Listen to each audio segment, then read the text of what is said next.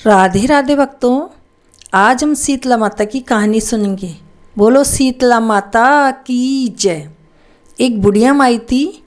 वह सारे गांव में कहती डोल रही थी, कोई मुझे ठंडा ठंडा खिलाओ, कोई मुझे ठंडा ठंडा पिलाओ। किसी के भी घर में ठंडा पानी नहीं था और ठंडा खाना नहीं था। सब गरम गरम ही बना रहे थे, गरम गरम ही खा रहे थे।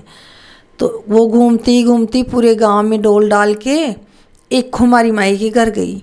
वहाँ कुमारी माई को बोली कि मुझे ठंडा ठंडा पानी पिला और कुछ ठंडा ठंडा खिला। कुमारी माई ने पहले दिन राबड़ी बना रखी थी, तो छींके में से राबड़ी उतारी, छाछ घोली, उसको पिला दी। उसके बाद मटका था ठंडा ठंडा कोरा कोरा, तो मटके का पानी पिला दिया।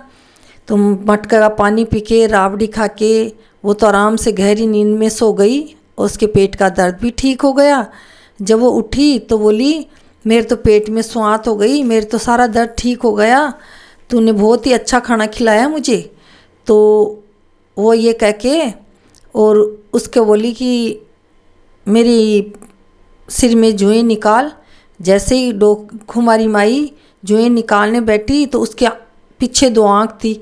तो वो देख के डर गई कि भाई डर क्यों रही है, कि माता जी आपके सिर में पीछे भी 2 आँख है और आगे भी आपके 2 आँख है, कि डरे मत, मैं शीतला माई हूँ और सारे गांव में आग लग जाएगी लेकिन तेरा घर बच जाएगा, क्योंकि मुझे तूने ठंडा ठंडा खिला के मेरी आत्मा तृप्त की है और किसी ने मुझे ठंडा खिलाया ही नहीं।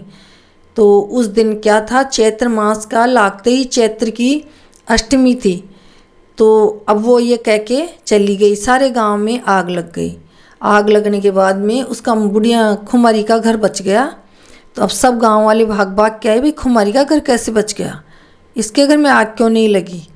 तो सब लोगों ने आके पूछा तो उसने सारी बात बताई कि एक बुढ़िया माई थी, वो मेरे पास छाछ राबड़ी खा के गई और मैंने जब उसकी जूं निकाली तो उसके सर में पीछे 2 आँखें थी।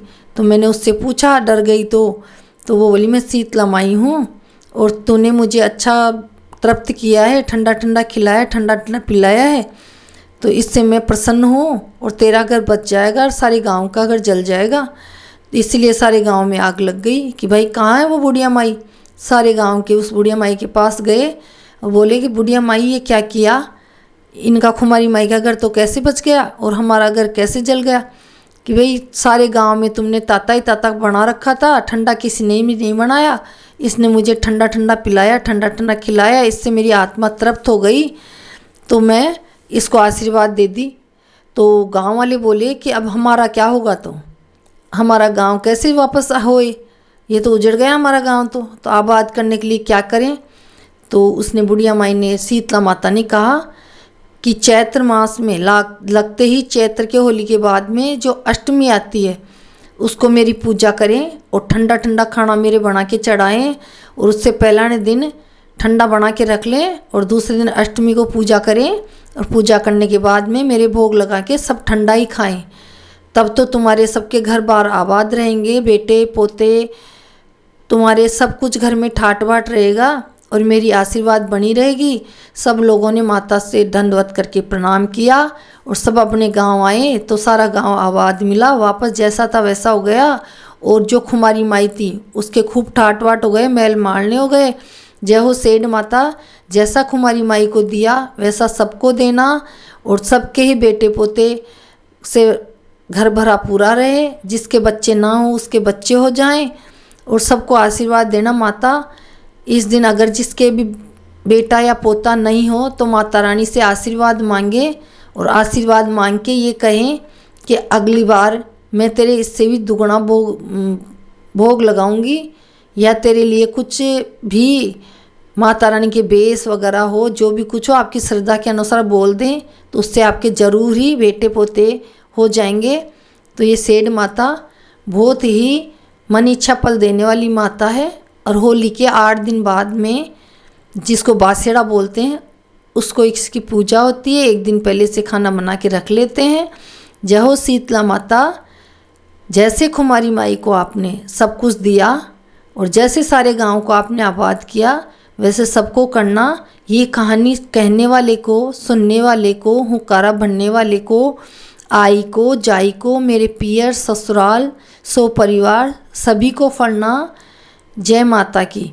अब इसके बाद भक्तों पथवारी माता की कथा सुननी चाहिए, क्योंकि अपन जब सेठ माता की पूजा करते हैं उसके बाद वहीं पे 2 पत्थर रख के पथवारी की पूजा करते हैं। तो पथवारी की कहानी कहती हूँ मैं आपको। एक पथवारी माता थी, वो कांकड़ में बैठी थी। तो 2 बंजारे आए, उनके पास दोनों के पास गाड़ियाँ धन से भरी हुई थी। एक में खांड खोपरे थे, एक में लूण खार था। तो पथवारी माता ने पूछा कि भाई तुम्हारी गाड़ियों में क्या है? तो जो लूण खार वाला था उसने कहा खांड खोपरा है, और जो खांड खोपरे वाला था उसने कहा लूण खार है। तो पथवारी माता ने कहा जैसी जिसकी मनसा वैसी दशा, ये कह के पथवारी माता वहाँ से आगे जाके बैठ गई। थोड़ी दूर जाने के बाद उन दोनों ने देखा कि लूण खारे वाले में तो खांड खोपरे हैं, खांड खोपरे वाले में लूण खार है। दोनों लड़ने लगे। लड़ते लड़ते राज में गए। राजा जी ने कहा भाई ये तुम्हारी गाड़ियाँ कैसे बदली? कि एक डोकरी थी वो रास्ते में बैठी थी, उसी ने हमको पूछा कि तेरी नाव में क्या है, तेरी गाड़ी में क्या है? तो हमने बोल दिया कि मेरी गाड़ी में तो खांड खोपरा है, मेरी गाड़ी में लूण खार है। इसलिए ये लूण खार वाली में तो खांड खोपरे हो गए, खांड खोपरा में लूण खार हो गया कि चलो उसी के पास चलो। सारे लोग वहाँ गए और जाके बोले बुढ़िया माई ये तुमने क्या किया? कि भाई जैसी जिसकी मन में दशा होती है, जैसी मन में इच्छा होती है वैसा ही होता है। तुम्हारे पास सब कुछ होते हुए भी तुम कहोगे कुछ नहीं है कुछ नहीं है, तो आई लक्ष्मी चली जाएगी। और तुम्हारे पास कुछ भी नहीं है, तुम कहो भगवान की दया से सब कुछ ठाट बाट है, कोई कमी नहीं है, तो तुम्हारे घर में लक्ष्मी आ जाएगी। तो जैसा तुम मन रखोगे वैसी ही तुम्हारी दशा आएगी, इसमें मेरा कोई दोष नहीं है।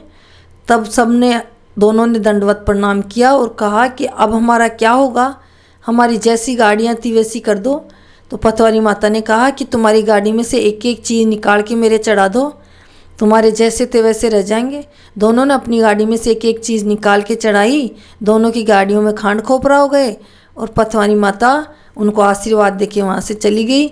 जय हो भगवान पथवारी माता, जैसे उनकी गाड़ियों में खांड खोपरा किया वैसे सबके धन धान्य की वृद्धि करना, सबको सुखी रखना, सबको आशीर्वाद देना कि सबके घर में लक्ष्मी बनी रहे।